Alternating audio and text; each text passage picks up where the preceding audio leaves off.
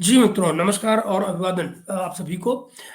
कल 2 बड़ी खबरें रहीं पाकिस्तान से और 2 खबरों पर उन 2 खबरों पर बात किया जाना ज़रूरी है। 2 खबरें क्या थीं?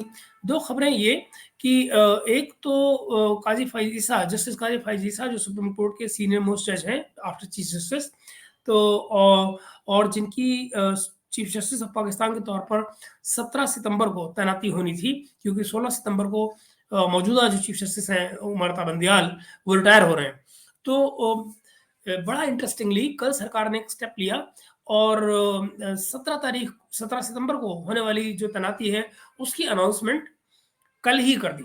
और इतना ही नहीं हुआ, जो प्रेसिडेंट है आरिफ अलवी, पाकिस्तान के प्रेसिडेंट आरिफ अलवी, उन्होंने कल उसको नोटिफाई भी कर दिया, उनके अपॉइंटमेंट को। नोटिफाई करने के वाला ये है कि ये तय हो गया फॉर्मली कि भाई 17 सितंबर से औपचारिक रूप से काजी फ़ाइज़ ईसा अपना शपथ ग्रहण करेंगे नए चीफ जस्टिस के तौर पर पाकिस्तान के। नाउ इसके पीछे क्या हो सकता है?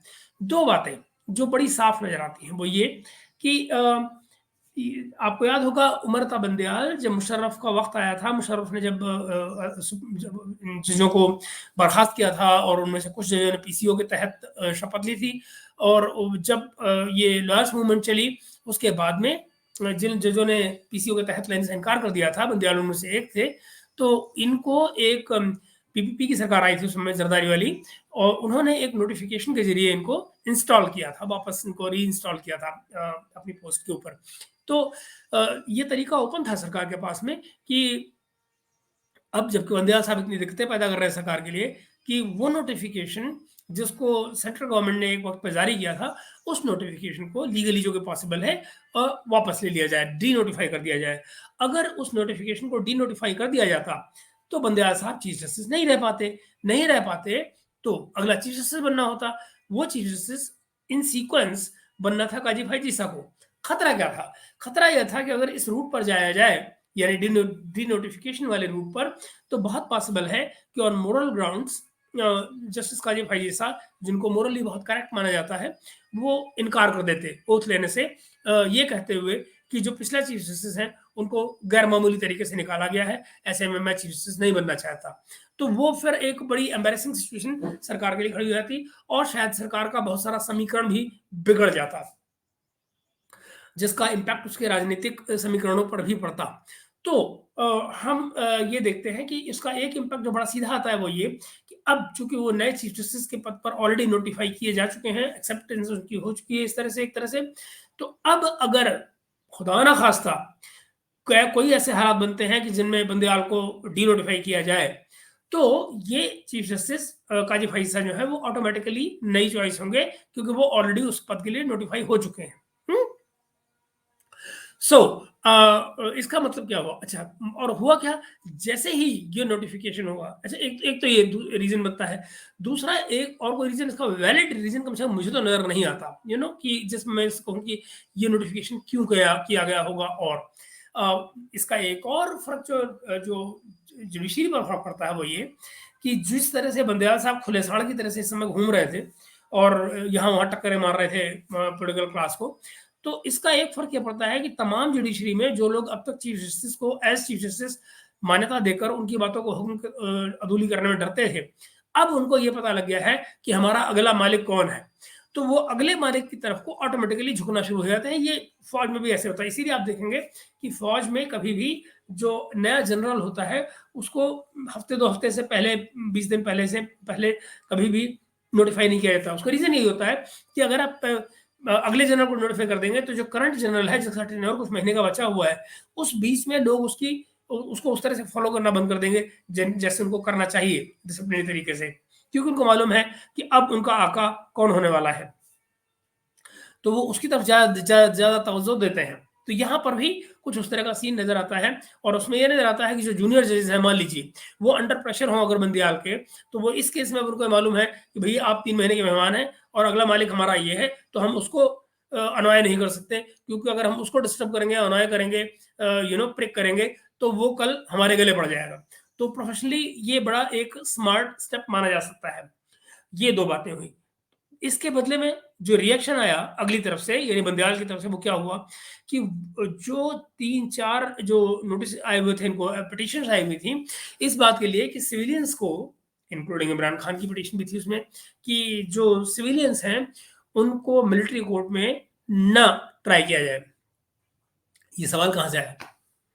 ये सवाल आया 9 मई के केसेस में जहां पर मिलिट्री ने एक एक सॉलिड स्टेप लिया ये कहते हुए कि जो लोग मिलिट्री इंस्टॉलेशंस पर हमला करते हुए पाए गए हैं उनको under military law under army act try किया जाएगा। उसके मायने ये भी होते हैं क्योंकि अब तक जिन लोगों को पकड़ा गया है उन्होंने अपने व्हाट्सएप मैसेज दिखा दिए हैं, वॉइस नोट्स दिखा दिए हैं और ये उसके जरिए उन्होंने ये साबित करने की कोशिश की है कि भाई हम जो कुछ भी कर रहे थे वो पार्टी चीफ यानी इमरान खान के कहने पर कर रहे थे। उनका जो कहना था हम उसको फॉलो कर रहे थे, उनके ऑर्डर्स को फॉलो कर रहे थे। यानी इस सारे लपेटे में इमरान खान भी आ जाते हैं। अगर इमरान खान आ जाते हैं तो माने ये हुए कि अब इमरान खान पर भी आर्मी एक्ट के तहत मुकदमा चलना चाहिए। ये वो डर है, ये वो डर है जिसके चलते एजाज हसन और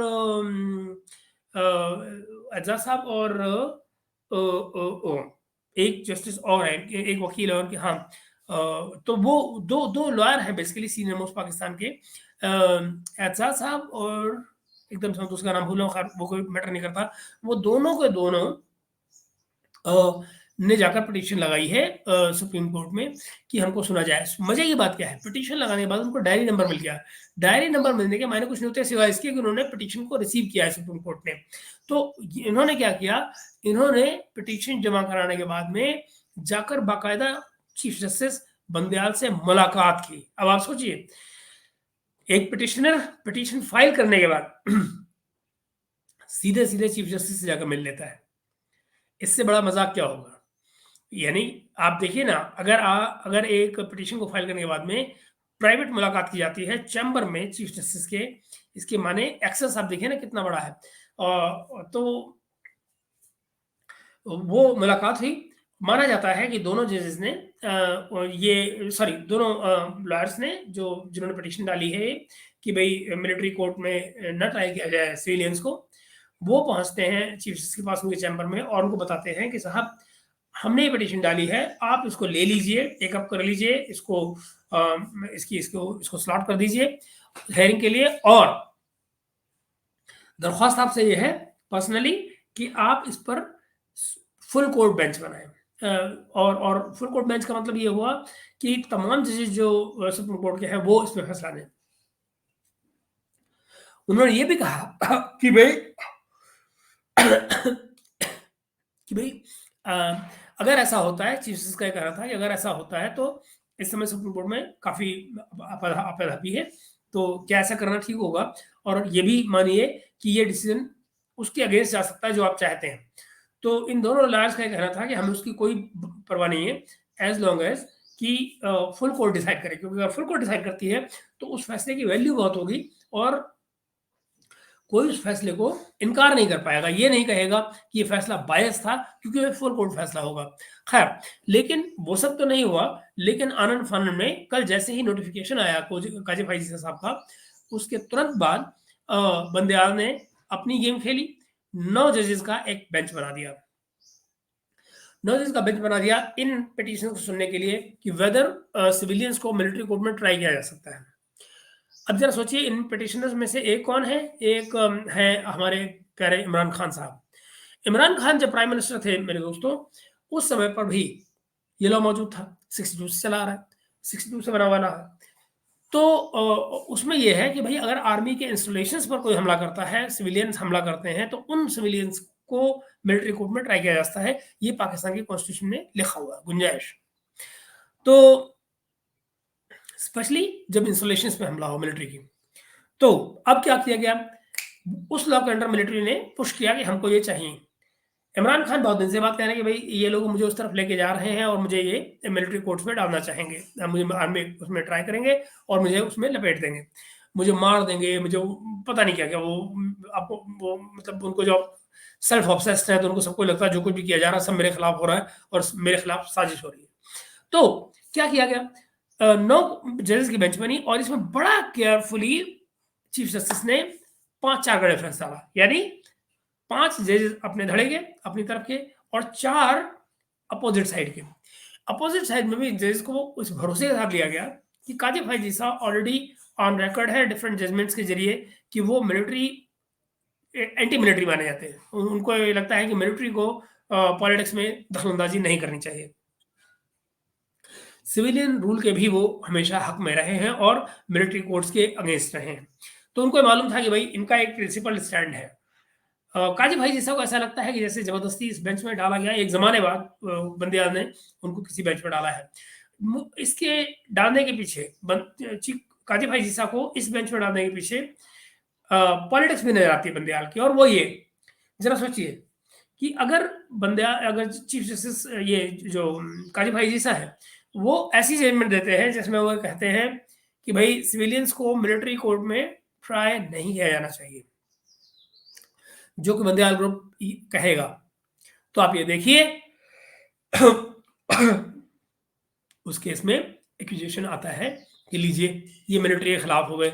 यानी कि कल को मिलिट्री को भी ये सोचने में मजबूर होना पड़ेगा कि यार ये बंदा चीफ जस्टिस अगर बना तो ये हमारी ऐसी कर देगा, हम जो कुछ भी करेंगे उसको अपोज करेगा क्योंकि हमारे अगेंस्ट है। दूसरी तरफ एक और चीज कि अगर वो हाँ करते हैं तो फिर जो सिविलियन लॉबी लीजिए, ये है वो चीफ जस्टिस जो अगले चीफ जस्टिस बनने जा रहे हैं, ये है जस्टिस काजी भाई साहब जो अगले चीफ जस्टिस बनने जा रहे हैं, और ये सिविलियंस को मिलिट्री ट्रायल के हक में लेकर जा रहे हैं। तो दोनों ही तरफ से आप इधर से भी फंसेंगे उधर से भी फंसेंगे, एक नैरेटिव बनेगा जो काजी भाई साहब के अगेंस्ट जाएगा दोनों ही केसेस में। तो एक ये बात हुई। दूसरी तरफ ये भी एक इंटरप्रिटेशन की जा सकती है इस तमाम चीज की, वो ये कि भाई कोई पॉलिटिक्स नहीं है, और जो बंदियाल साहब हैं वो ये चाह रहे हैं कि भाई मैं जाने से पहले कुछ ऐसा कर जाऊं जिससे कि जो जुडिशरी में जो ब्रदरहुड है वो रीएस्टेब्लिश हो जाए और मैं शांति के साथ में निकल जाऊं यहाँ से, उसके बाद में जो हो सो हो। ये दूसरा इंटरप्रिटेशन है। लेकिन एक और इसका मतलब नजर आता है, वो हमें देखना ही चाहिए कि दरअसल ये बेंच जो कि अब से लगभग 1 घंटे के अंदर अपनी हियरिंग शुरू कर रहा है, इनफैक्ट जस्ट अबाउट हियरिंग शुरू हो चुकी है इस समय पाकिस्तान की कोर्ट में इस बेंच की, नौ मेंबर्स के इस बेंच की। इंटरेस्टिंगली देखना ये होगा कि इस समय इसमें क्या होता है। मेरी प्रेडिक्शन ये है, मेरी एक सोच ये है कि इन 4 जज में से 3 जजेस ऐसे हैं जिन्होंने ऑलरेडी ये कहा हुआ है कि चूंकि सरकार ने एक लॉ ऑलरेडी इन प्लेस कर दिया है कि भाई जो बेंच बनाने का तरीकाकार है वो ये होना चाहिए कि 3 जो सीनियर मोस्ट जजेस हैं इंक्लूडिंग चीफ जस्टिस वो तय करेंगे कि बेंच क्या बनेगा। और उसके रहते चूंकि ये 3 लोग अपना माइंडसेट उस पर दे चुके हैं कि ये होना चाहिए, तो फिर ये इस बेंच पर कैसे बैठेंगे, बंदियाल के बनाए हुए बेंच पे जो कि एक सिंगल आदमी ने बनाया है, जबकि ये इस ऑलरेडी फेवर में जा चुके हैं कि सरकार का बनाया हुआ जो रूल है उसको फॉलो किया जाना चाहिए। तो बहुत पॉसिबल ये है कि कल बनाया गया ये बेंच आज टूट जाए और ये 3 जजेस ये कह के अपने आप को रिक्यूज कर लें कि भाई हम तो इसमें शामिल ही नहीं हो सकते because we are not in favour of one man show. ये कहा भी कहता है, ये जज के वर्ड है, वन मैन शो। तो इस वन मैन शो को हम अप्रूव नहीं करते, hence we are not part of this bench. तो अगर ऐसा होता है जाहिर है तो बेंच टूट जाएगा। अगर बेंच टूट जाता है तो 2 ऑप्शन बनते हैं, और वो ये कि फिर बंदियाल साहब ये कह दें कि भैया 6 का जो बचा हुआ बेंच है वही फैसला करेगा। एक दूसरा कि वो नया बेंच बना दें, 3 नए जजेस लेकर आ जाएं, और एक और पॉसिबिलिटी बनती है वो ये कि बंदियाल साहब सेफ रूट लें, जो बेंच टूट गया इसको दोबारा बनाए ही ना, पेंडिंग छोड़ दें, नया चीफ जस्टिस करें और इसको लेकर वो छुट्टियां भी पार कर जाए। छुट्टियां पार करेंगे, 12 सितंबर को कोर्ट खोलेगा, 4 दिन बाद 16 तारीख को उन्हें छुट्टी मिल जाएगी, वो बरी हो जाएंगे। उसके बाद में अगला चीफ जस्टिस वो इसको बनाए रखे कूड़े में डाले, सन्नू की बंदियाल साहब की जान बच जाएगी। ये है वो ऑप्शन जो आपको बताना चाह रहा हूँ जो इस समय कोर्ट के पास खुले हुए हैं। इंटरेस्टिंग ये होगा देखना कि ये आज का जो बेंच है ये क्या करता है। आपको इंतजार करना चाहिए आज की इस जजमेंट का, या जो कुछ भी कार्रवाई होती है आज कोर्ट में, ये बहुत इंटरेस्टिंग है बिकॉज इसके फार रीचिंग इम्प्लीकेशंस होंगे पाकिस्तान की पॉलिटिक्स पर। ये था मेरा आज का अपडेट जो मुझे आपको देना था दोस्तों, और उम्मीद करता हूँ कि आपको पसंद आया होगा। अगर हाँ तो वीडियो को लाइक करना, शेयर करना और अगर आपने चैनल को सब्सक्राइब नहीं किया है, तो सब्सक्राइब करना मत भूलिएगा। हम लोग बहुत जल्दी मिलेंगे जब ये कोर्ट की आज की कार्रवाई की रिपोर्ट आती है उसको लेकर। Bye bye for now and see you again later this day. Bye bye.